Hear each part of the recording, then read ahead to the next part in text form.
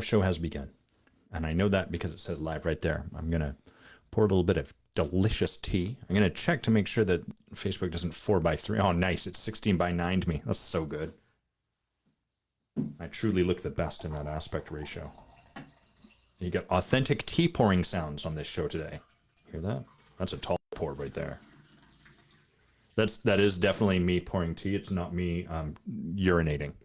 Just to be clear, some people, we've had a few write-ins where people are like, hey, you know, can I be sure that that's tea? Here's the mug. I'm going to take the first sip. Oh, yeah, that's not a mug of urine that I'm drinking. That's actual tea. I better hold the teapot up too.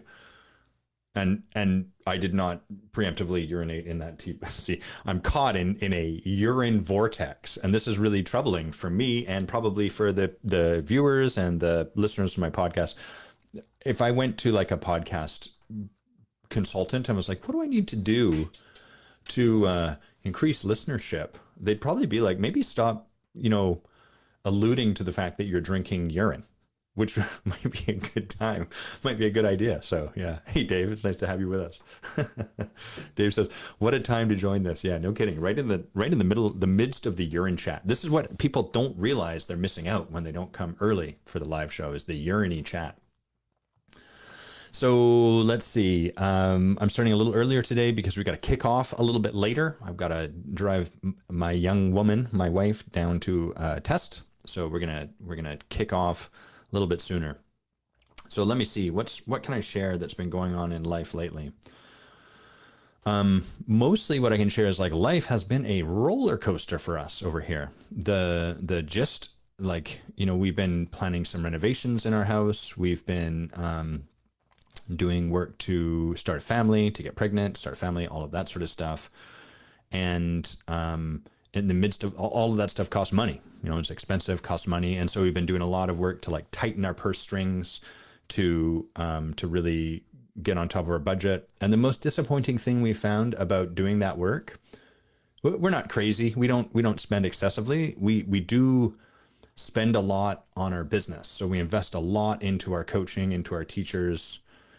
I think it would probably be fair to say like maybe, I don't know, maybe half of what the business makes goes back into our own work, our own coaches, our own teachers, our own plant medicine, our own, all of that sort of stuff. So our business spends a lot, but we as individuals didn't feel like we were spending a lot.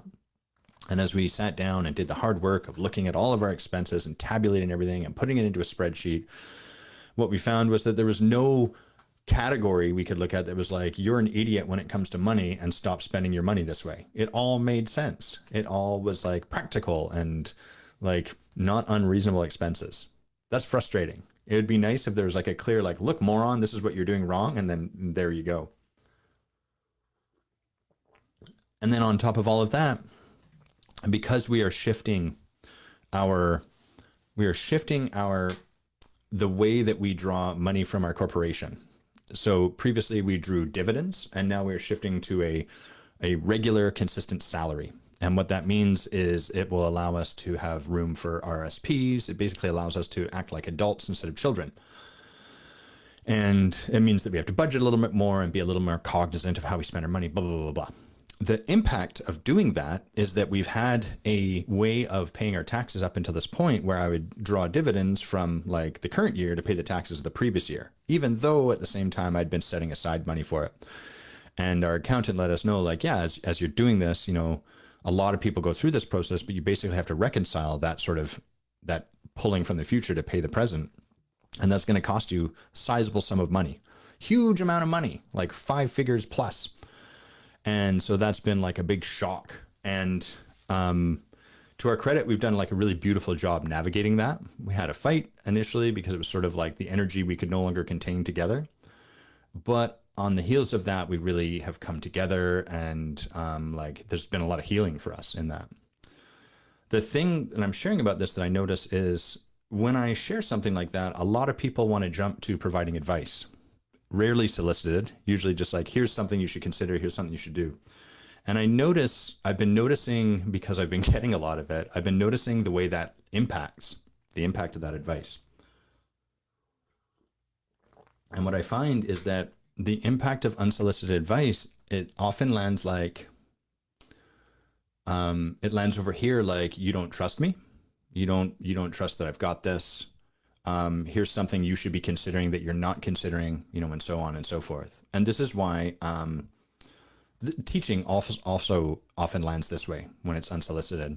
And so I'm always taking a look on my side, like, hey, what about that is for me to own? What can I take on? What can I see? But this is one of the reasons why I make a real point of not providing advice, and why I think that coaching is so potent, is that in coaching, we set aside this idea of like, you need something from me for you to create the transformation you want. In fact, we throw that out completely. And for the most part, we just trust like you have a process for you to move through. And even if there's something you don't yet know, telling it to you before you've arrived at that point yourself isn't going to matter. What's going to make a difference is trusting your process. So that's been present for me lately. It's been like a nice reminder and like an opportunity for me to really look like, where do I step beyond that? Where do I like stop holding the line a little bit and like break and like, okay, I am actually going to give some advice here because this person's driving me nuts and they really need to know this. And I'm the only one that can tell them, all of that sort of stuff. So it's been an interesting week. On the other side, like there's been some really like crazy spiritual stuff. Like someone who's a friend of ours came forward and was like, hey, I actually can really help you guys out. And I'm really excited to do so. And so it's been quite a beautiful couple of weeks for us. Okay, I think that's all the stuff I'm going to share about that. I think we've got some red hot jammies for topics, and I want to dive into them. So let's have a sip of tea and get to them. I even knew I was going to do this as I was typing these up. I was like, I'm going to want to see the original comments. Why don't I have those instead of the abbreviations I wrote? And then I just went ahead and neglected to do that. Boner. What a boner. Quel bonheur. Let's bring these up. Pow. That's not what I'm actually looking for, though. I am looking for... Aha! I have found you. Comments. Excellent. Something I'm disappointed about that I'm going to share is for those of you that grew up in the age of TV commercials, I don't think that's really a thing so much anymore. Maybe it's coming back around these days. There's always a commercial for Sunny D. And it always went the same way, where the kids would come in and they'd be like, yo, you got anything to drink? And they'd look through they'd root through the fridge and it'd be like, oh, we got purple stuff, OJ, some brown thing, Sunny D. And then one of the kids would be like, Sunny D, all right. And so I posted that all in caps on LinkedIn. Sunny D, all right. Nothing, not one like, not one comment. Very disappointed in you, LinkedIn. You got to up that game. You got to have a little more fun, guys. You got to pay homage to your history whilst having fun and being professional. So I don't care that it's silly and it's not the right audience and all of that stuff. I'm still going to keep doing it. I'm going to keep bringing that Sunny D. Dave says, my kids love TV commercials. They come in to watch them. I can relate to that. When I was young, one of the moments I really liked was the turning of the season towards Christmas. So around like post Halloween, come October, this was before like Black Friday and all of that was really a thing, the Thanksgiving boom, all the TV commercials would start to shift to like toys and like at department stores advertising to get people to come to them to do their Christmas shopping, and Stetson's cologne. Stetson's makes it easy. And I really remember that with fondness because it was sort of like a harbinger for like the coming season, which I really loved. Christmas was coming. Cool. Here's one of the earliest things. So I can relate to your kids loving TV commercials. All right. So we have some really awesome topics. I'm really excited to dive into these with you guys today. Let me just get this over here. So it's cool. So our first topic suggestion comes from Drew, and his question is like, why bother? Hey, Andy, nice to see you, brother. Why bother coming from your essence? So I want to set that up a little bit and then talk about it. The heart of this is like, really, why bother changing? Like, why should I bother to change or shift? What's the point? Why bother? Seems like a lot of effort. Maybe I don't need transformation. And so I want to begin by sharing what's up, Drew? The super easy answer to this question is you shouldn't. You don't need to. There's no need or requirement to change. And this is a bit of a sticking point for some people, because a lot of people hold this idea like everybody needs a coach. People need to work with coaches. Oh, if only people worked with coaches. And there's a subtle, just like that unsolicited advice, there's a subtle like, you aren't enough in that. Now, indeed, the premise of coaching is you can go deeper with someone other than just yourself. You can go deeper with partnership. You can go deeper in relationship than you can go by yourself. There is more you can see when you have someone to help you see your blind spots. But that doesn't mean you need that. It doesn't mean you can't have a fine, just great life as it is. So it's really important that we put that in up front. Why bother? Well, it's not because you need it. It's not because you should do it. And anytime clients come to me and they're like, oh, I got to do this, Adam, I really need to do it, I work really hard to like disabuse them of that notion. Because the idea that you have to do something kind of takes choice out of your hands a little bit. Like, oh, there's no option. This has just come too far. I have to do this. And therefore, because I have to, I'm not going to have to actively choose to. And then I'll just sort of be like forced along this path because of my having to walk this path. And those people find themselves disappointed usually because they discover they actually didn't have to, and they didn't really take on the change because they were waiting for that moment where they would just kind of be compelled. They'd be like pushed with a hand on their back into this future that's edgy. We have to choose it. So that's the first part. And the second part is like when Drew says, why bother coming from your essence? What does that even mean? So what that means is like, imagine, if you will, you might have to accept with me that there's certain areas of your life where you are reliably yourself. And there's other areas that you probably aren't aware of because most of this is unconscious, where you're performing on some level. You're maybe turning your volume, your light down so that you're not quite as big, not quite as much of a presence, not quite as dynamic, not quite whatever, not quite as smart, not quite as generous as you are innately. And there's going to be some other areas where you're turning yourself way up. Like you're sort of, oh crap, I'm around a bunch of really smart people. I better use all those big vocabulary words. And you're going out of your way to do it as opposed to just existing in your natural self. And you can't really see that stuff. That exists in your unconscious. It's automatic and in your blind spot. And so when we're talking about coming from your essence, we're talking about the practice, the transformational practice of starting to notice these places where you're doing something other than what is innate and natural for you. And then being with what gets driven up when you start to see that, usually some shame and some judgment, and then choosing to make the effort in the moment to come from that more natural, innate place. And initially that will require more effort. It'll be a little counterintuitive because you're like, I thought I was doing this because it's a more relaxed, normal stance for me, but it requires more effort. Yes. Anytime you create shift, you have a degree of like comfort with your existing way of being.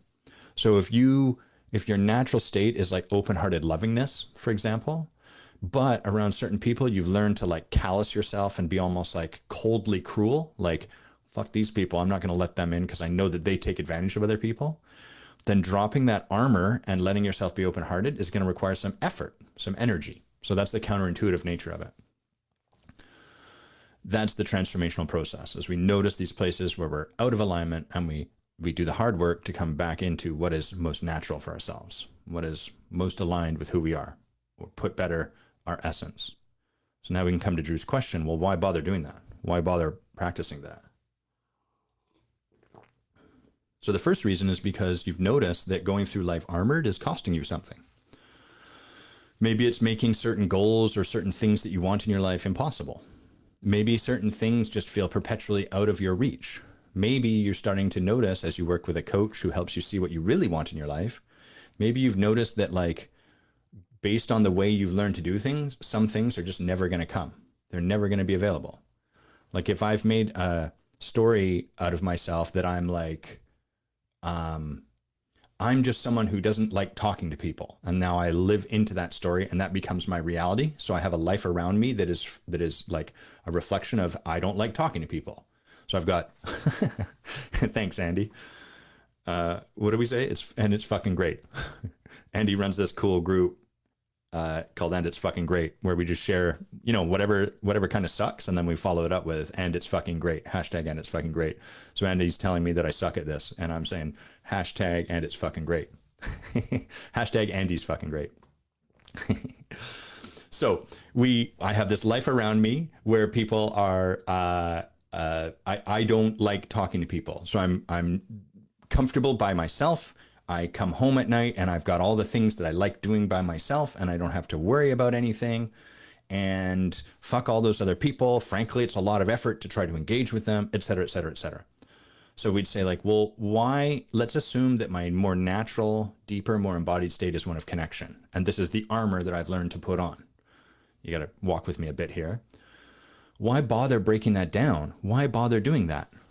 So the most important thing to start with is to recognize that, like, as it currently stands for me, I don't have a reason to drop that armor. That's why I keep it on. In fact, I'm justified in continuing to wear my armor.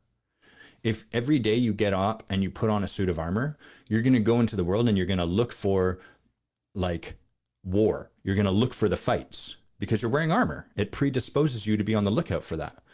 And then that war that you see, that lens that you look at the world through is going to justify continuing to get up every morning and put on your armor. So initially, you're not going to have much of a reason. And this is the first thing that a coach can help you with, is to see like what might be possible beyond the self-justified world you already exist in and the goals, the limited goals that you create from that self-justified world. Let me have a sip of tea.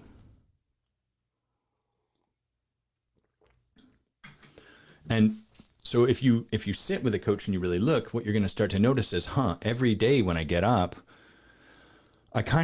I'm all right being by myself, but man, there's like a little tiny part of me that really wishes I could have a relationship. And you do a pretty good job of pushing that voice down so you don't have to hear it too much because frankly, quote unquote, you're someone who just doesn't like being around people, but that voice doesn't go away. And so there's a little part of you that would really like a long-term relationship, maybe a forever relationship, maybe a marriage. Maybe you'd even like kids. Maybe you're seeing kids and they're kind of annoying, but you kind of like also simultaneously, maybe a little bit, wish you could have them, that sort of stuff.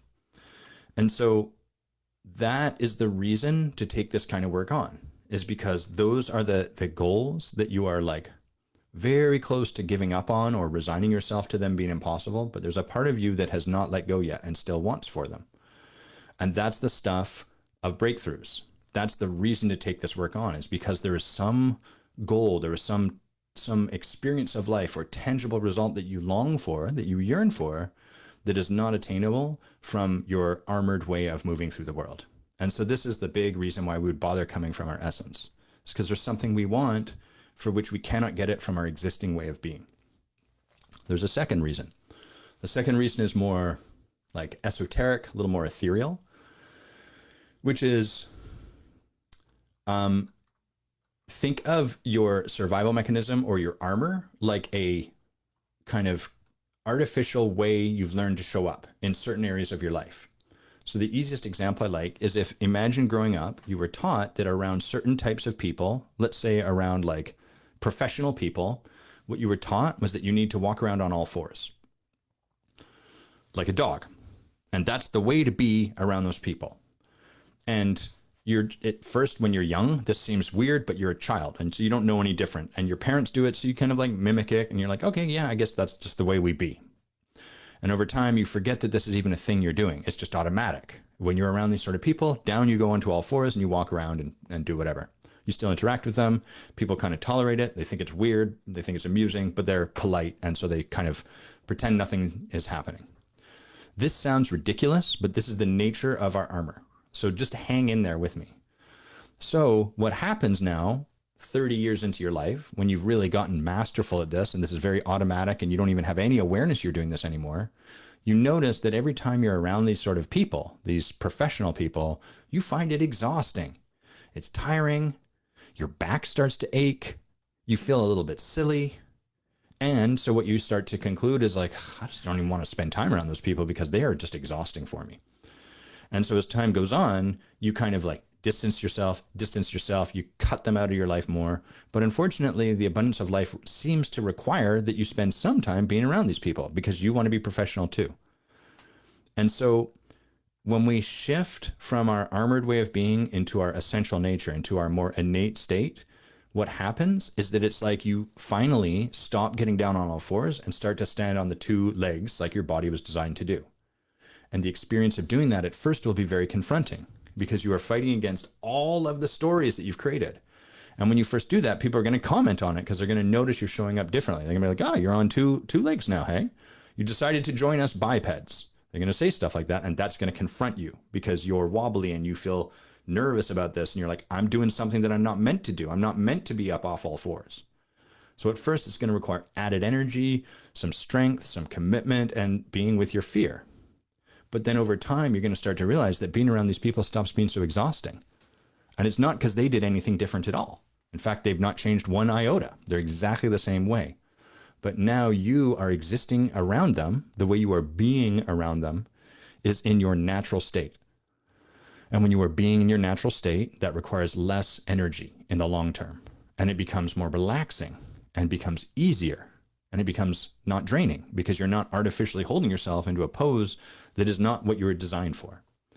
And so from that place, life, as you start to do more and more of this in more and more areas of your life, life starts to become more effortless. And it starts to be an experience that is naturally self-resourcing. It naturally refills your cup for you. Rather than that experience many of us have, like, okay, I'm going into something rough, and so I need to like really resource myself because I know I'm going to be drained by the end of this. Instead, it becomes like, oh, I don't have to monitor that so heavily because no matter where I am, it's an effortless experience. It's much easier. It's much more delightful. And finally, when we're in our natural state, we do our best work. We always, always, always do our best work when we are in a relaxed, sort of confident, self-assured state. That's been proven scientifically time and time and time again. So those are the reasons, like, why bother coming from our essence? And the truth is, none of that is a requirement. Most of us humans are going through our lives kind of in a state of like being armored in large part, and we're getting fine. We're getting by just fine. So it's okay to do that. It's not to say that essence is better or you should do it. This is just the promise. This is what's available down the path of transformational leadership. Thanks for that question, Drew. That's a jammy. Good jammy. Okay, what else do we got here? I got a bunch from Jules and I got a bunch from Rebecca. So I'm gonna do those in bits and pieces. And then I'm just going to read what you wrote here, Drew. Drew has a follow-up, which is, does being in our essence, our unarmored state, require the relaxed state? Being in your essence is innately relaxing. Being in your essence, and I don't necessarily mean like your muscles are all, whatever the term is when they're not taut. I can't remember that, febrile, or there's a weird term like that. It doesn't mean like the only way you can be in your essence is lying on the couch or lying on your bed fully relaxed. You can be playing a sport. What I mean is that your being, your inner energetic state is one of relaxed. It's one of like, these are all words that sort of like give us a point towards the direction, but we don't want to take them too literally. Kind of like a finger pointing to the moon isn't the moon. So like an internal state of like just trusting yourself, of self-confidence, of like energetic relaxation. Like I'm not tense and trying to work hard to perform, to prove something. I'm able to show up as though there's nothing to prove. I can play a game because I want to win it, but doing so because I am free and I'm okay if I lose, and I'm okay, I don't have anything to prove, and it doesn't mean anything if I win or I lose, then I'm going to be better suited to win that game. So the type of relaxation I'm talking about, like the ontological relaxation, the being, the sort of relaxed state of being, the energetic relaxed state, the effortlessness, that it comes as a natural function of when we are being our natural selves. That's how it goes.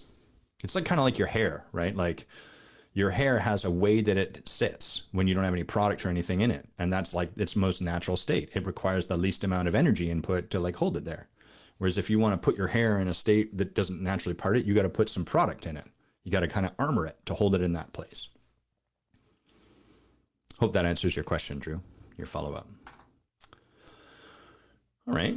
Well, let's see. So Jules asks kind of like two questions that are similar. So one is like, she says, Adam, can you talk about self-leadership? Meaning, do leaders need other people to lead? In order to be a leader, do we require another person that we're leading? And then her other one is like, do the folks you're leading or wanting to lead need to want to be led? Does leadership require their buy-in? So the first one is no, leaders don't require other people to lead. We can be a leader about anything in our lives. I can be a leader about the exercise that I do in the morning. I can be a leader about like the list of things that I go through first thing in my morning. And what that means is like a number of things, sort of, there's no like set guidelines that I work with because I don't find it that helpful. I got distracted. Dave says his armor is like Chris Tucker's hair from Fifth Element. Oh boy, that character, that was well suited to Chris Tucker. So being a leader, like some of what that entails is one, being at choice in my life, meaning I'm supported to best be able to see like the truth of what is in front of me. If I have a blind spot, let's imagine I have a tendency that I'm unaware of to just haul off and punch myself in the side of the head every now and then. Just every like 30, 45 minutes, I take like a haymaker myself right in the temple. And I'm unaware of this. I'm completely unconscious of this. Now, this is obviously a bit of a ridiculous example, but let's use it because that makes it easier to illustrate what I'm talking about. Our blind spots tend to be far more subtle than this for some people. So every now and then we haul off and hit ourselves in the head. And then we start to complain about like head pain and like, I keep getting these wicked headaches. Like once an hour, it sucks. And I don't know what to do about it. It doesn't make sense.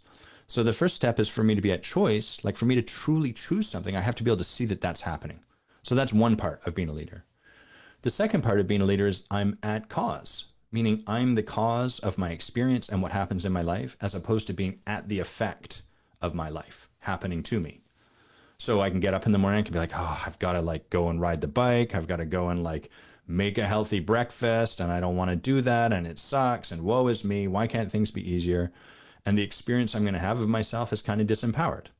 Or I can create like a more powerful context for myself. I can really sit down and be like, why would I want to be healthy? What would be available for me if I was healthy? What might really support me in my life that being healthy could provide? And from there, I can get a more empowered way of approaching my life. Not because I have to, just because I choose to. I'm at choice and I'm at cause to create that. So those are like two ways that leadership really supports us. I can also like take on the practice of being responsible in my life.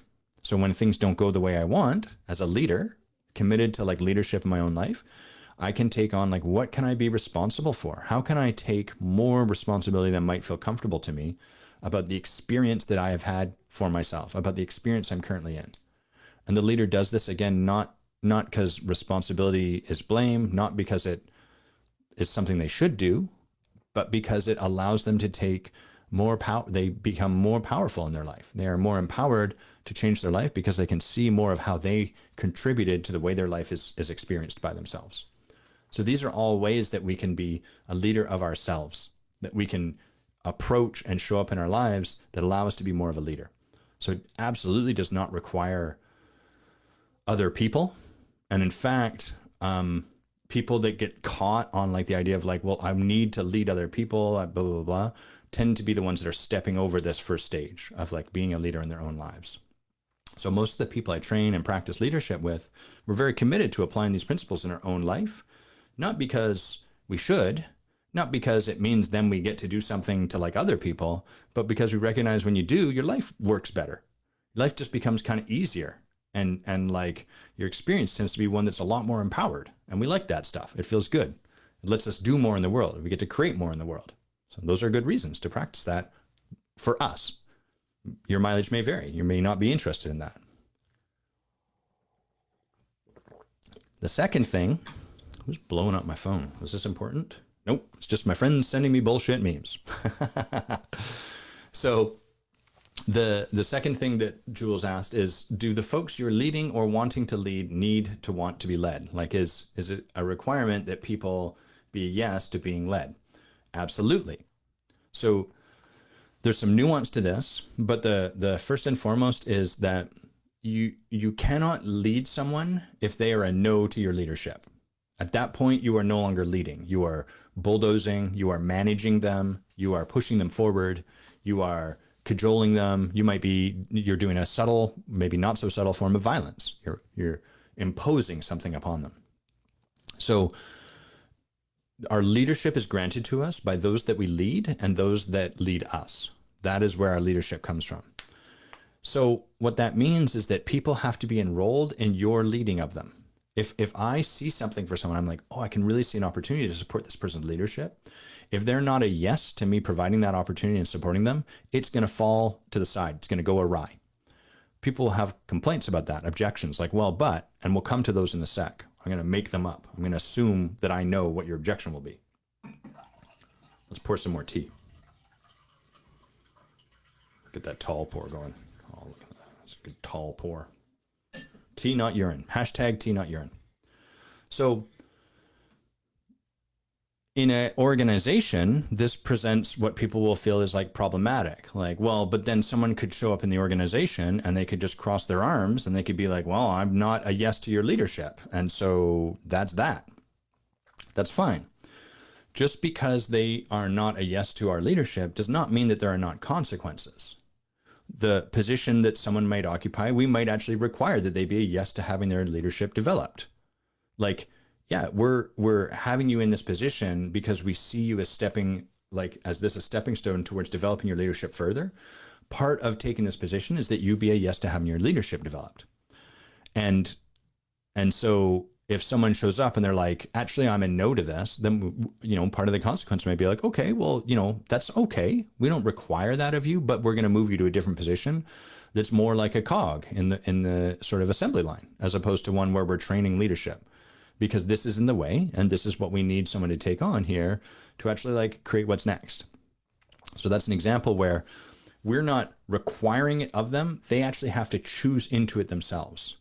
And some people will have a hard time seeing this distinction between, well, but if there's a consequence, it's not really a choice. Absolutely, it's a choice. Every choice you make has consequences. Every single choice. The fact that there are consequences associated with any given choice does not take away your capacity to make that choice. And again, notice that we're bringing the mantle of leadership back to you. You get to be the one to make that choice. So it's like, yeah, you don't have to do this, but as a result, this will probably happen. So now that you are aware of all that, you can be at choice. Is this something you want? And they might be like, well, I do want it, but I don't see, like, I'm stuck here, like, because all I can see is what it's going to cost me. Great. I can support you with that. I can support your leadership with that. Is that something you would like me to do in this moment so that you can maybe see some more possibility? Sure. Okay, great. Now you've given me in this moment an opportunity to develop your leadership.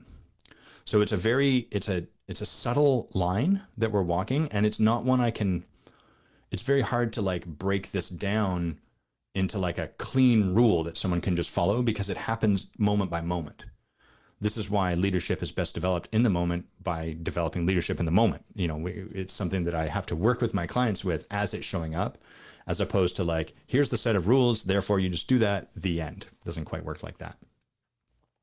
So that's a really great question, Jules. Thank you for bringing it. Okay, let's move to one of Rebecca's questions. So she says, where did you write this? The way Rebecca wrote it is like not being allowed to have desire. I'm going to call this the elimination of our desire. So I'm going to talk about how that happens, how we end up getting to the point where we eliminate our desire, why that happens, and then we'll go from there, like how to walk ourselves back. So let's have a sip of tea first. So one, we come out of the womb with desire intact. No child comes out of the womb and is like, I don't really know what I want. They're super clear on what they want. They're like, I want boob because it gives me milk. I want sleep because it feels good. I want being held because that is safe. You know, whatever. Play with me, look in my eyes. And if they don't get those things, they're very vocal about them. So every human being comes onto this planet with desire intact. I mean, there's some very, very, very rare exceptions, but that's not the domain of my expertise, nor what we're talking about.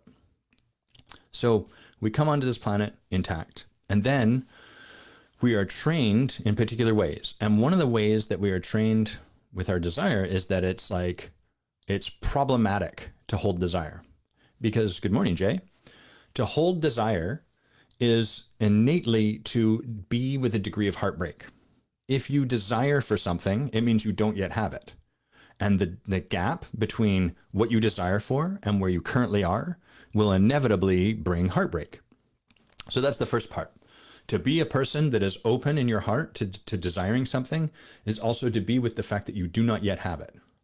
And so one, that can be painful. Two, some of what happens as we grow up is that by the mere request of desire, it lands on our parents, teachers, guardians like a burden.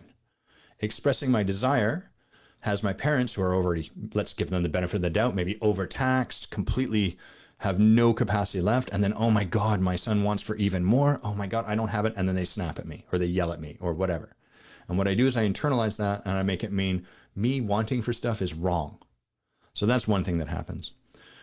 Another thing that can happen is that we have this desire, but it never seems to get realized. We're taught like, yeah, you'll get that someday, don't worry, but it never comes forward. And so all we're left with is the heartbreak and never the actual fulfillment of desire. And so if that happens for long enough, what are you going to do? You're going to make this conclusion, this Faustian bargain with yourself. How do you feel about me using that term? That's pretty good, right? Faustian bargain. Let's celebrate that with a T. Hell yeah. We're going to make a deal, which is like, yo, this sucks. I'm not willing to hold this heartbreak, but never, like, what's the payoff? There's no payoff to holding that heartbreak. And so down each of these paths, and there's many, many more, what happens is that we slowly over time learn my desire is not good. It's either not welcome, it doesn't really help me, it doesn't support me, I don't feel good. When I do get it met, I'm manipulated. You know, any of these things are all really good reasons to turn down the dial of your desire. So what happens is we get better and better at like setting that aside. One last version of this is that like we desire for something and we always come up short. And so down that path, we start to conclude like, I guess this thing I really, really want for, I think it's probably not actually available. And from that conclusion, we get resigned. We resign ourselves to the idea that like, I actually can't have this. So again, why bother feeling the heartbreak of not having it? I'm just going to set that aside. I'm going to give up on wanting that. So all of these things slowly take the legs out of our desire from us. It brings our desire down. And we get better and better at doing that. And we notice that when we set aside our desire, we get better at like showing up in other ways. For example, in my life, what was in front of my desire, what was in front of what I wanted was often what I needed to do. In order for you to get what you want, Adam, you have to whatever. Like a subtle form of manipulation, you could argue. It's not what my parents were intending, but you know, nevertheless. And so as a result of that, where I'm left is, it doesn't really matter what I want until I address what I need to do. And so I got better and better and better at figuring out what do I need to do in this situation? What about that situation? And that works at first. As a strategy, as a kid growing up, it kind of works because there's not that much you need to do. Clean your room, get your ice cream. Eat your vegetables, get your cake. You know, that sort of thing. But as time goes on and you age and become mature and move into the world, you'll discover that the world has a never-ending supply of what you need to do. It never ends. And so our seeing of the world starts to have less and less of a percentage of what I want and more of a percentage of what I need to do. So all of these different approaches that I've described, maybe you see yourself in one of them, maybe you don't, in which case it might be another one. But the end result is that we find ourselves in our 30s, maybe in our 40s, sometimes in our 20s, if we're really like driven, where we're starting to see the bankruptcy of these desires or the bankruptcy of these strategies. And where that leaves us is that we're really reliable to do what we need to do. We're really reliable to do what should be done, but not so reliable to go after what we want. And many of us reach this point where we don't even know anymore what we want. We've spent so many years suppressing the voice of our desire because we found it toxic or a complication or a liability that now we can't hear it. Our head is filled and our lenses, the way we look at the world is filled with what you need to do is that, and then you need to do that, and then you need to do that. And then eventually people come to like a coach and they're like, okay, let's have a conversation. And the coach is like, cool, what do you want? And they go, I don't know. I have no idea. And so this is the state that many, more and more humans these days, because more and more people are trained down this particular path, find themselves in. And this is picking up speed rather than slowing down. We're wrapping ourselves further around this particular axle that I'm describing, because our society is really based in like, you know, like, what do you want to do at school? What do you want to study at university? The question is not like, what are you interested in? It's what do you think will make money? How are you going to pay back this debt? Right? Those are all questions about what you should do. What do you need to do?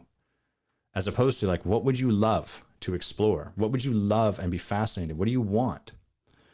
And built on top of that is this premise that pursuing what you want in life will not get you security, will not get you abundance, will not get you wealth, will not get you what you need. The only way to get what you need is to go after what you need. So there's this, like, we could call it like subtle, inherent, baked in lie to the American dream, to society, to the West, our Western way of thinking, the non-Indigenous approach, blah, blah, blah, blah. So we come to this point where we're like, it's not working. I can't figure it out. I don't know what I want. And the reason we don't know what we want is that we can't hear that voice of ourselves. We've shut that down long ago. And so now I can tie this back to what Drew had asked right at the start. Why bother coming from our essence? We don't have a reason to. We have no reason why bother taking my armor off, because we can't even hear what we desire. So we've long since given up getting clear on, like, what do I want over that horizon? That's never something we even think about anymore. And as a result, why bother taking this armor off? Seems like a lot of effort for nothing. I'm going to keep doing this. It's all good. That is a choice. Tea sip. Refreshing. Yes. Okay. Oh, that's nice. I'm getting some comments. Rocky says, loving the share. Yo. Jay is saying, so resident, I found even more so once I found coaching. It's tough to decouple the need to do from what I want or what my heart desires. And Rebecca saying, same. We're trained out of this actively. Society is an active argument for what you need to do rather than what you want. So it takes practice. The way I like to support people to start to walk back from this is, one, to begin with their complaints.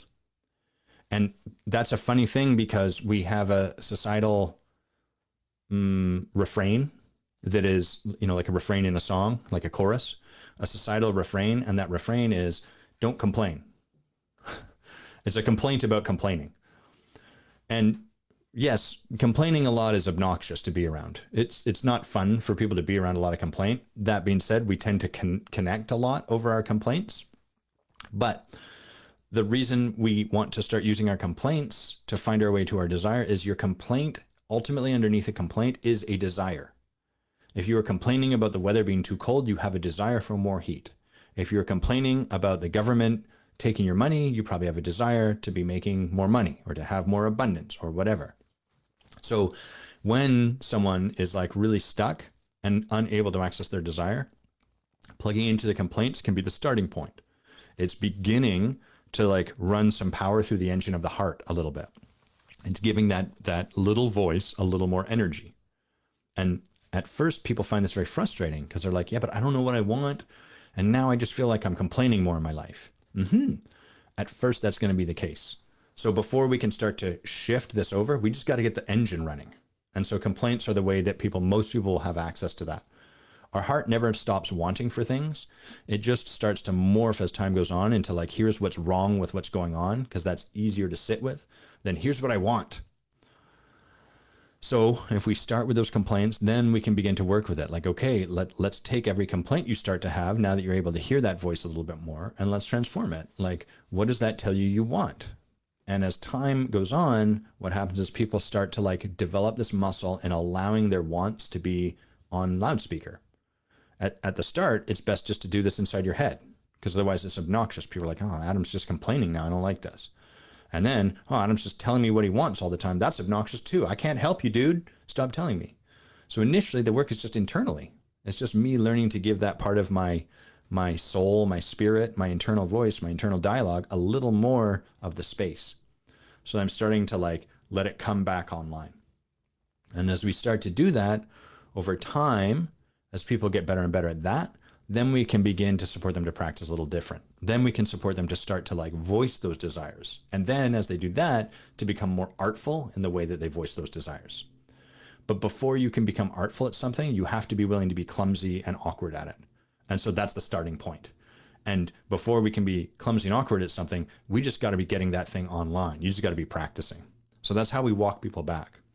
And I find as people, this is my journey, by the way. I'm not sharing anything that like I'm imagining is out there. This is just what the journey has been like for me.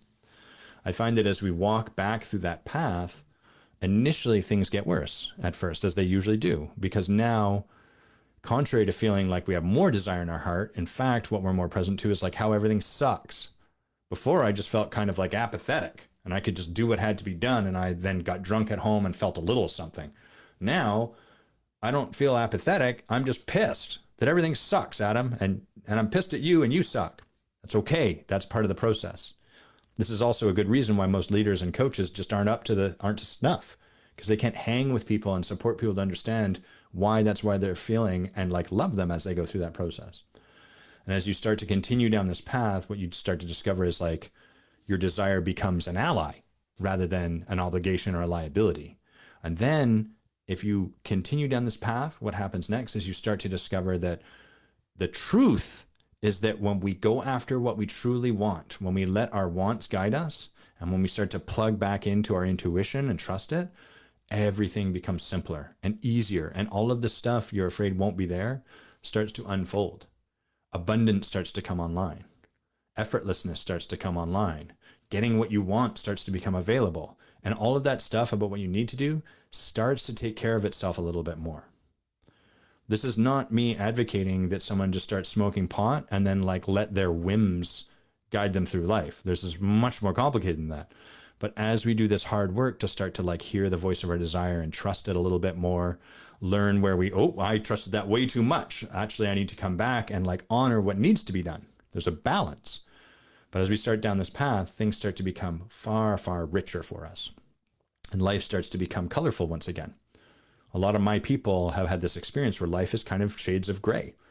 And they can talk a lot about the varying different shades of gray. We can distinguish that gray from that gray very, very well, but it's lacking color. And so the scene I always like to think of this is from Pleasantville, which is an incredible movie if you've not watched it. And in Pleasantville, there's this experience where these people in this black and white TV show that Tobey Maguire gets sucked into, they start to have like an experience free of like a free expression, a free experience. And there's this moment where a woman has an orgasm of all things in this black and white TV show from the 50s. And the tree outside bursts into colorful flames. It's all black and white, and then it bursts into red flames. And that's what I find starts to happen for people as they plug into this part of themselves, is color starts to come online. And then there's an impact to that. And then, you know, they start to become someone really colorful in their lives. And it's very enrolling, very magnetic. So that's my take on not being allowed to have desire.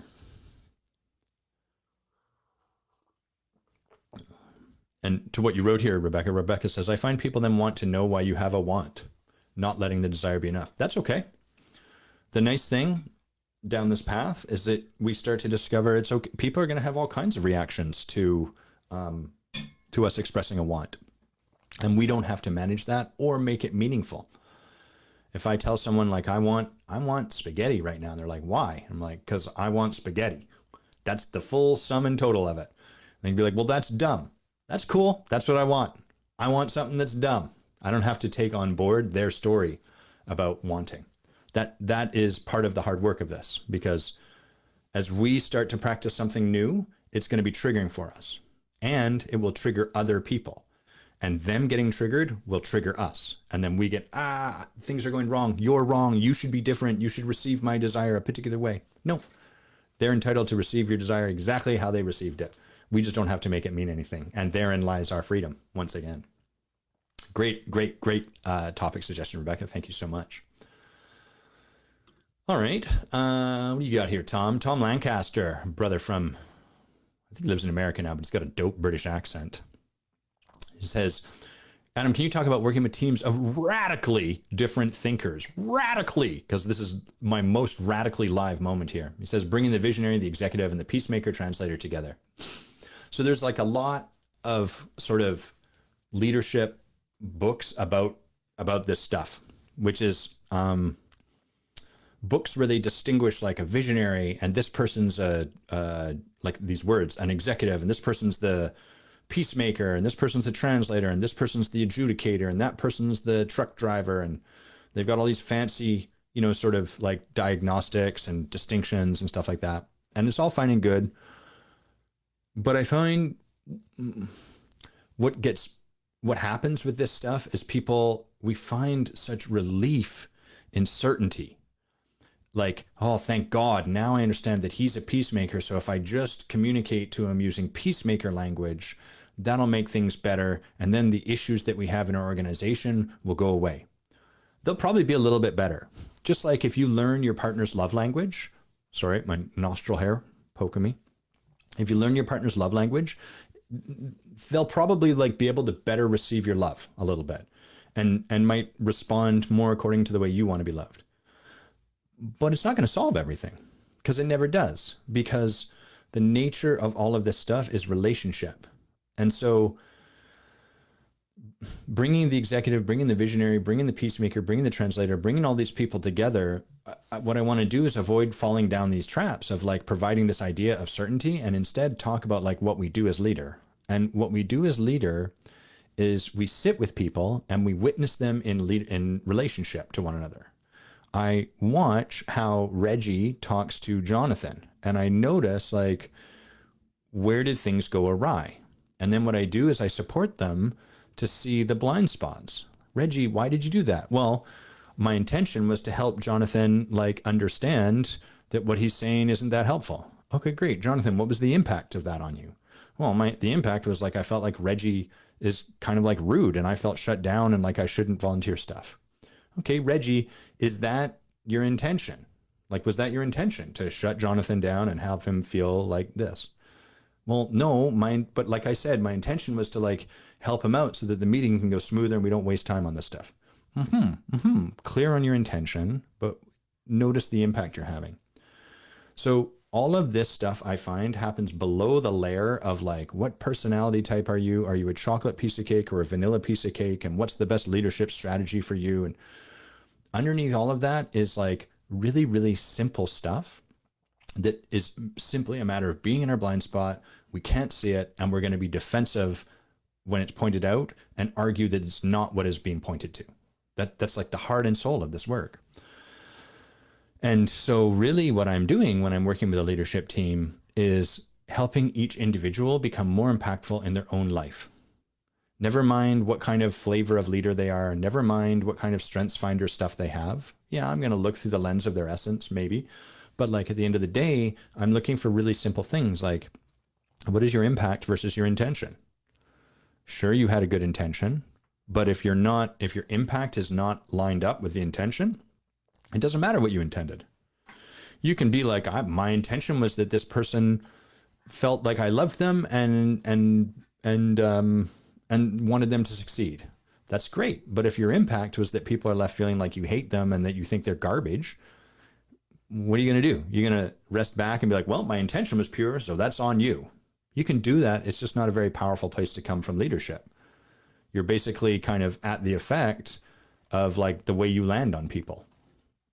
And so bringing these people together for me is about witnessing what's happening and having the capacity to like help them start to see individually the way they may be getting in their own way. And I don't worry about like leader, visionary, whatever. I just witness the way they talk to each other. I witness the way they show up, and I notice the places where their instruments are off key. This is like what Drew was asking initially, like essence versus survival mechanism. Because anytime I show up with someone and my armor is up, it's probably going to have things go awry. Because if I show up to a conversation with you wearing armor, you're probably going to put on some armor. And now we're kind of in a conversation where the context subtly is we're at war. And so that's going to have things go a particular direction as opposed to the direction we might want them to go. So that's the heart and soul of working with teams of radically different thinkers. To me, the more people get locked into this idea of like, well, I'm a visionary and you're a this, or like we're just radically different, the more that story they've created and the significance they've attached to it makes it harder for them just to come and be in relationship with each other. And so I tend to set all that aside and just be like, look, it's possible to be in really deep, powerful relationship with one another. And I support people to do that, regardless of all the Myers-Briggs, typing, Enneagram, none of that has to get in the way. It is possible to be in an awesome relationship with each other. That's the work. Okay. What else we got here? Annie McDowell. Hello, Annie. Thanks for the suggestion. Annie says, how do you combat the fear or other, whatever it is, behind narcissistic leadership? So I'm imagining then Annie is talking about like a situation where we have a leader who is narcissistic and they are leading us. What do you do about that? So I'm going to operate from the perspective that this is someone who occurs narcissistic in their approach, as opposed to someone who has NPD, narcissistic personality disorder. Because one is totally within the realm of like leadership conversations. The other is a therapeutic matter that requires a lot of support. And those people tend, you can see dark triad up there, but like what I notice happens more often than not is that people just attach that label to someone rather than really looking on their side to see what they need to do, because it's easier. Like, oh, they're a narcissist, so there's no hope. So there's nothing I can do. So the only thing I can do is like make sure I don't get hired by narcissistic bosses in the future. Good luck. I'm going to tell you what's going to happen. You're going to find your way exactly back into the arms of the next person you label as a narcissist, because this isn't a them problem, it's a you problem. And we know that's true because it's showing up for you. So that being said, let's look at this tendency first. Like, what's going on when someone seems to be narcissistic? Someone that seems to be narcissistic, the way I would describe them would be like, they talk a lot about themselves. They tend to take up all of the space. There's not a lot of oxygen left in the room. They might steal like credit for something. Someone at a company I used to work called it like a credit stealing proxy. They're like kind of in front of you and they take all the credit for your work. So they might steal the credit. They might seek to kind of like tell someone about how good their team is doing, and then somehow all of that ends up actually being an acknowledgement of themselves. All of these are kind of the traits that we could imagine a narcissistic leadership might be showing. If you have other ones, please put them in the chat so that we can make sure that we get those too. So usually, I don't have my book handy right now, but like in the back of my book, Who Do You Think You Are? What I do is I draw the survival mechanism, these kind of traits, fear-based traits, back to the essence. What's the light that casts this particular kind of armor, this particular kind of survival mechanism? Narcissistic kind of tendencies almost always point back to presence or radiance. Someone who's got a lot of presence, someone who's got a lot of radiance. So they're innately someone who takes up space. Myself being one of these people. You probably noticed that hearing the sound of my voice, witnessing me, being with me in person. I take up space. People notice me. I'm interesting to look at. That's the quality of presence. And people with this quality of presence, we like being seen because that's part of who we are. Just like someone who is generosity appreciates being seen for their generosity, appreciates being generous. In society, we have like this allergic reaction to someone owning this about themselves. Oh, you're vain. Bam. Talk about cutting someone's feet out from under them. They didn't even get a moment to enjoy being like the center of attention. Why is that so bad? If I can be responsible for it and I can take the attention when the time is appropriate and wield it masterfully, that's not bad. But in society, we have this allergic reaction. So it's hard for people to own this. So what happens is you've got someone who is presence, who is radiance, but they're trained out of it. They're trained that it's wrong and bad and it's vain for you to want that. So now they're fucked. That's the ontological scientific term for this. They're fucked, and they're fucked because they are someone who has a desire, a natural innate desire by virtue of who they are, to be seen as who they are, to be seen as this presence, this radiant being, but it's wrong for that. And so they're in this tug of war. They're caught like, I want attention, I want people to see me, but I don't because it's wrong and it's bad. And all of this gets internalized and becomes unconscious. There's no awareness of this. So what you have is someone that's in this constant state of tension internally, this deep, fundamental human need to be like witnessed, seen, experienced, acknowledged as who they are, coupled with a deep, societally driven story that is wrong to do that. So what happens is you're going to get people that show up the way I used to and still can when I'm afraid, but like certainly did this a lot when I used to, which is I'd like stand off to the side of the spotlight while you were in it, and then I'd peek my head in and do something awesome to grab attention because I wanted it. And witnessing you getting to have the spotlight was confronting for me because I want that. Why can't I have that? But then the moment you bring the spotlight to me, I'm going to shy away from it and try to get out of the center of attention. So I'm in this constant state. I'm a hungry ghost. I can never get enough of what I really need. I can never get my nourishment because I'm constantly telling myself it's wrong to get this nourishment, so I'm batting it away. So what happens is, because I can't own this need, this very understandable, totally acceptable human need directly, I can only get that need met indirectly. So you end up with a leader, just like we could draw this out for any quality. And if you guys have questions about this, I'm happy to look at other qualities, but like you get this leader who's like wanting to be seen, and who part of who they naturally are is someone who is seaworthy. And they're actively like telling themselves it's wrong, it's bad, I shouldn't do this. So they're denying themselves the nourishment they require. And then they have to sort of steal it in these moments. They grab credit, they turn the attention back towards themselves, et cetera, et cetera, et cetera, et cetera. And what we do is we witness this and we go, man, fuck that guy. They're so vain, they suck. And we turn away from them. And what do you think that does? It triggers more of the fear that began this process. So they witness that and they're like, I'm taking up too much space. I shouldn't be taking up. Oh, look, they're turning away from me. Oh, I hate it when I do this. Now they're beating on themselves, and that pushes further down the ability for them to directly meet this need. And then the cycle just intensifies. So it happens more and more and more. That's a shitty game, right? It's a really shitty game, really shitty deal. And so how do you combat the fear or other behind narcissistic leadership? The first thing is that we do what we just did. Like, you start to see the human underneath all of this, the presence and the unwinnable game that they're caught in. And the reason that we do that is because it allows us to have some compassion, some empathy for them. Like, damn, that seems sucky. And no wonder they're doing this. Like, they don't really have another option because of the hand they've been dealt. It's not that they're vain. It's that they're like just naturally someone that like is shines in the spotlight, but has been trained that that's wrong for them to do. And like, how do you possibly win that? So what I'm witnessing is someone stuck in an impossible to win game. That's what I'm seeing happening, playing out over there. And every one of us does this. Not maybe the narcissistic version, but every single one of us has some impossible to win game that we're locked in. And when we're locked in when we're not caught in that game, we're delightful. But when we get confronted, we fall into that unwinnable game. And when we're caught in our unwinnable game, we're super obnoxious and annoying to be around. So you might find Joe narcissist really annoying, but you have some version that other people find super annoying to be around. And so as we work with coaches, as we get support for our leadership, and as we step more into the transformational realm, what happens is we start to be able to develop compassion for ourselves. We start to see the obnoxious, unwinnable game that we are caught in. And we start to see all the judgment we have heaped on top of that. And we slowly start to melt it like a glacier thawing out. It's slow.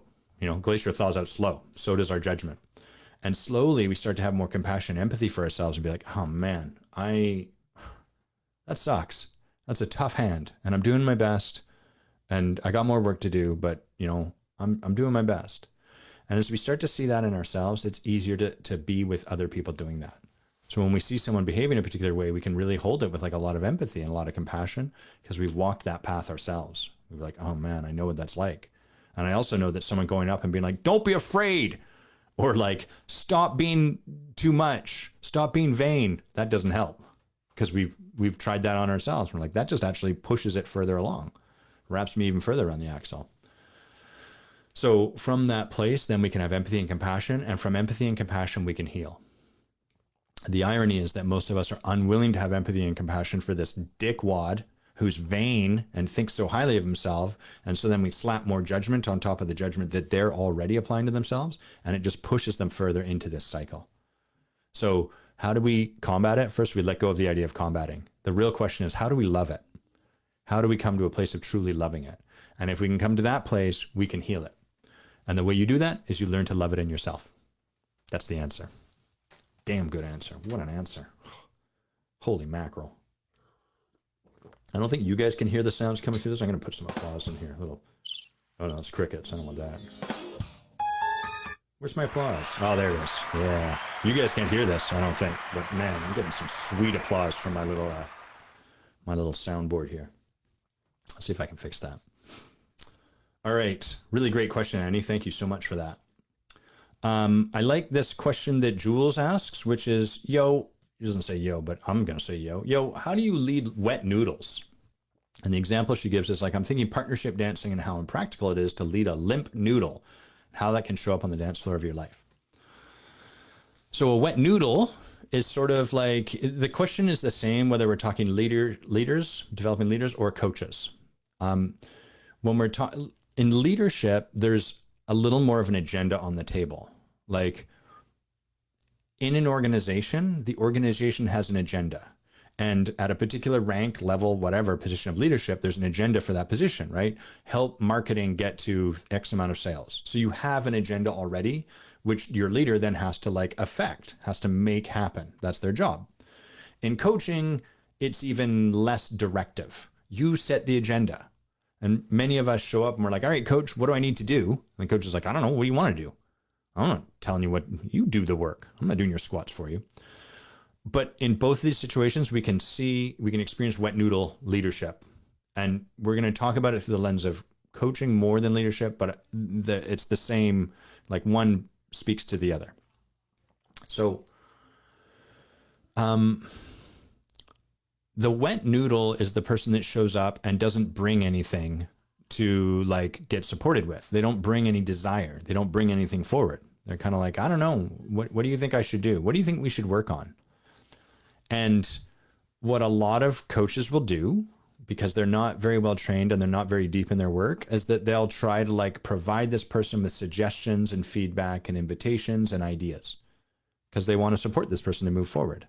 And they don't realize that what they're doing is they are perpetuating the exact same cycle that this limp noodle is already in. So the ontology, if you like, of the survival mechanism of wet noodle, that is a good TED Talk title that no one would show up for, but I would enjoy using that as a TED Talk title. The ontology of the survival mechanism of the limp noodle is this. It is this person has learned to like lay back from life. They basically like flop back and then wait for life. If you flop back long enough, eventually someone's going to get fed up with you and be like, dude, fucking do this. And then they do that. And that way they don't have to be at choice. And the payoff of that is they're never wrong. And they're never the one that has to be accountable for the way their life turned out. I go to school, they said. I went to school. It didn't work. Fuck you, people, for the way things arrived at for me. So there's like a safety net there, right? It's not on you. And there's other safety nets to this. Like as long as you didn't have to be the one accountable for choosing what you were going to do, then you never had to like really go for that thing you really want and risk not getting it and failing. Oof, that would really suck. So at least this way, it doesn't quite go that way. And you have a bit of a guaranteed path because people are constantly telling you what to do and so on. So that's the energy of the wet noodle. And that energy comes to a coach and a leader. And then the leader or the coach is like, do this, do that, maybe try that. What do you think about this? And the person grabs a hold of it like a life preserver, or even better, like a lifeguard like saving someone drowning. They grab a hold of the lifeguard and like try to clamber up on top of them. Okay. So when we give these suggestions, we're actually perpetuating that cycle of them lying back. Eventually someone will give me the thing. So how do we lead or coach someone like that? We point to what's happening and we don't get into that with them. So what that looks like is, hey, I notice it seems like you're really like sitting back here wanting me to give you an answer. Yeah, I really want an answer from you. So is that a familiar experience? Like, so what we're doing is like inviting them to get curious about the way they're showing up, inviting them to notice the being that they are showing up in. Is that a familiar feeling for you? Yeah, kind of. Okay, where else? Help them start to see this in more places in their life. What typically happens? How's this going to go? You can broaden this out, expand this with them. But ultimately what I'm not going to do is give them an answer. That's not a rule across the board. There's times when I might provide a client like a suggestion or a feedback because sometimes that's what we need. But in this instance, I'm really clear that providing an answer or a suggestion is going to just keep things going. So I'm going to be really tight-lipped about that. And all there's to do is to just like, how's this going for you? Well, I'm annoyed. How come? Well, because you're not giving me an answer. And why do you think that that's part of what should be happening? Well, because I paid you. But you paid me to like help you break out of your patterns. Well, yeah, but still. So like the good coach avoids a really masterful coach is able to catch these patterns, to see the patterns with altitude rather than getting into the water with you and into the swirl. Most coaching, most leadership has the person get into the swirl. And the real tragedy is they believe in getting into the swirl that they're being the powerful person that you've never had in your life. I told that person, fucking pull up your pants and do this thing. Go do this because I'm tired of waiting. And you know, they just needed someone to be powerful with them. You weren't powerful with them. You were angry with them. You got hooked. You couldn't see it. And you perpetuated the cycle with them. That's the way that goes. That's what's actually happening. And so this is the way we work with wet noodles, is we just point to like, hey, I notice you're being a wet noodle. And then we let them kind of like be with whatever shows up, and we be with whatever shows up, whatever kind of reaction that brings forward from them. And we love them no matter what. We don't make any of it wrong. Let's see what you wrote here, Jason. This feels like it couples back to the challenging connecting with desires, asking for what needs to happen so as not to dig into what we really want. I'm going to assert this is likely less of a binary, more of a spectrum. Yeah, so that wet noodle way of being, very much, I don't have to figure out my desires. I don't have to ask for what I want. I can lay back, let someone else, you know, do whatever there is to do. They'll tell me, and then I'll go after that. And then I'll probably be resentful because they didn't give me what I was supposed to give me. They told me it was going to make me happy. It didn't make me happy. Of course. You doing what other people tell you to do is not going to really make you happy. You doing what you want to do is what's going to make you happy. But to do that, you got to stop being a wet noodle. Wet noodle. Okay, I notice our viewers are starting to drop off. So let's do one more to finish up. One more sip of tea and then one more, and then we'll be done for today.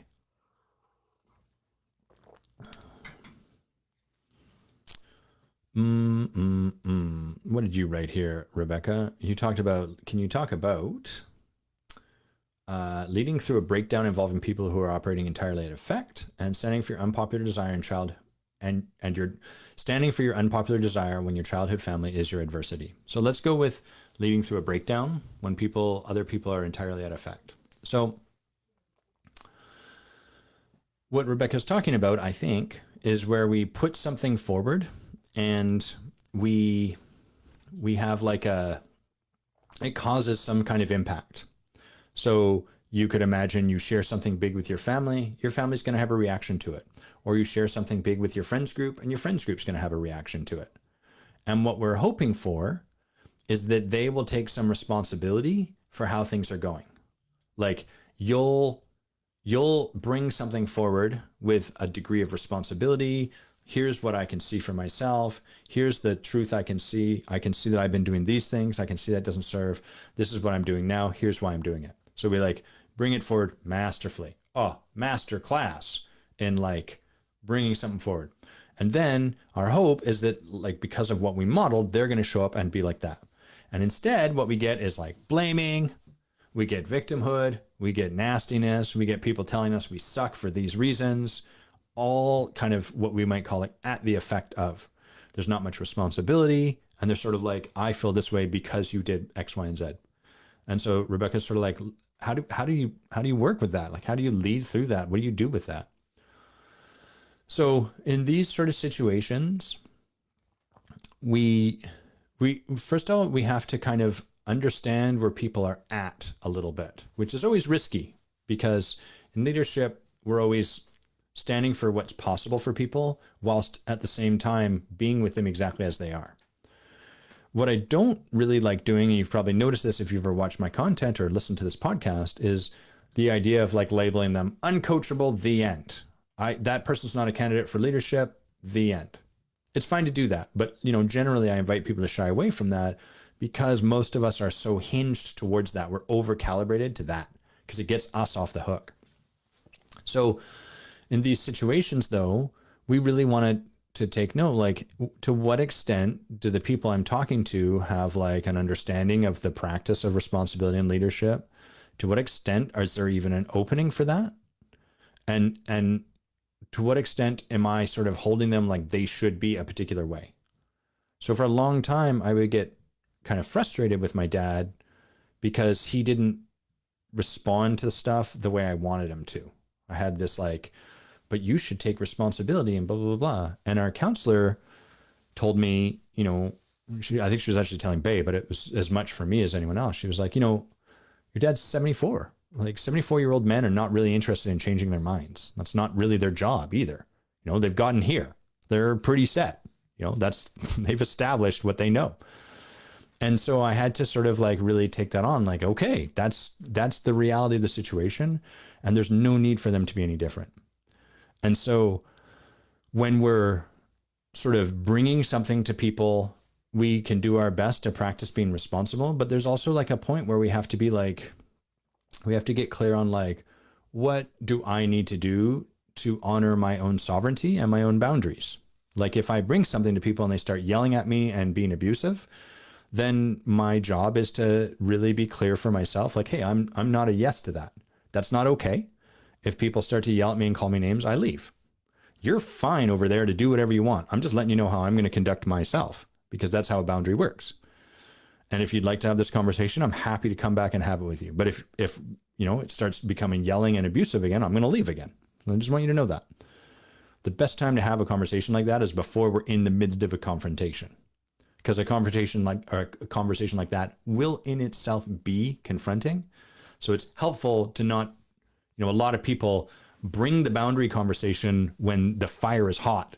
They're already in a conversation where someone's yelling. They're like, boundaries, blah, blah, blah, blah. You're not respecting my, but no, just all there is to do in those moments is for you to respect your boundary, just to be really clean and clear. Like, this doesn't work for me and I'm going to give myself some space. And then when the fires come down, when it's not quite so hot, not so caliente, come back and be like, hey, I just want to set out, like, it's totally okay how that went. We want to be very gracious. And like in the future, I just want to be really clear. I'm going to leave when this starts to happen. And in doing this, what happens, to your question, Rebecca, is we stop being at the effect of other people being at the effect. So that's one of the funny things about this is we're like, other people are at the effect, like they're a victim to their circumstances or to like how this went, or they're holding it on me. How do I be with that? And we don't realize like we're being at the effect of that. We're letting our experience, our mood, our whatever kind of be affected by the fact that they're victims. I'm a victim to them being a victim. And instead the practice is really to like, I don't need them to be any different. It's okay. That's how they are right now. That's where they're at in their journey. That's what's going on for them. And what I'm going to do is I'm going to just manage my own affairs as cleanly as I can, because that leaves me feeling more empowered. And when we do that, it frees other people up. They sort of get the opportunity to be exactly as they are without needing to be any different. And we get the opportunity to let them be. And if we let them be, they'll start to let us be. It might take longer than we want. It might take more time, but that's how we work with that. And so that's how we lead through a breakdown involving people who operate entirely at the effect, is we kind of like free them from our own insistence that they should be showing up differently. And we just sort of accept that's what's there right now. So how am I going to conduct my affairs? Sort of, if I was like, well, how do I like open a door when the door handle has shards of glass glued to it? Like, what do I do? And it's easier in these situations because we'd be like, well, you either don't open that door, or you get like a glove with a lot of padding to protect yourself and you open the door. Those are the choices. But when it comes to other humans, we have this expectation, like sort of like, well, but the door handle isn't like getting rid of the shards of glass. How do I be with that? Like the door handle's insisting that it's covered in shards of glass. Yeah, it is. So then do what you got to do. That's how we work with that. Yeah, kind of funny stuff. Okay, let's have a final sip of tea. Big thanks to everyone showing up today. Rocky, Jay, Rebecca. Who else do we have? Dave McDonald, Drew, Andy. Great to have you all here. Thanks for your interaction. Thanks for the conversation. Thanks for sharing what you shared. Big thanks to those of you that brought topics and questions. So Jules, Rebecca, Tom, Drew. Really appreciate that, guys. Really goes a long way. And last thing I want to speak to is just make another invitation. I'm going to be doing this a lot to the intensive. It's May 29th through 31st here in Victoria. It's the venue we're going to use is like right on our inner harbor, which is beautiful. And there's like tons of good food and like cool stuff to do just across a bridge, a walkable bridge. You won't need to drive. Really, really, really fun opportunity. And we're going to be supporting you to like take this kind of work into your life. So I talk about how like a lot of this, to really get it into your bone marrow, we got to like work with it in the moment, as opposed to giving you ideas, rules, guidelines. That's what the intensive is about. So if you're someone who's like, man, I really want to like achieve a degree of mastery, or maybe I want to just get a deeper sense of this, of like a deeper experience of this work that Adam leads and that Bay lead, come to the intensive. I'll put a note in the comments here. The website you can learn more about and or register if you choose is www.evergrowthcoaching.com/the-intensive.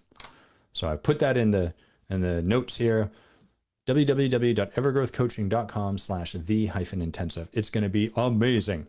I hope y'all have a sweet weekend, really good time, and thanks again for tuning in. Bye-bye.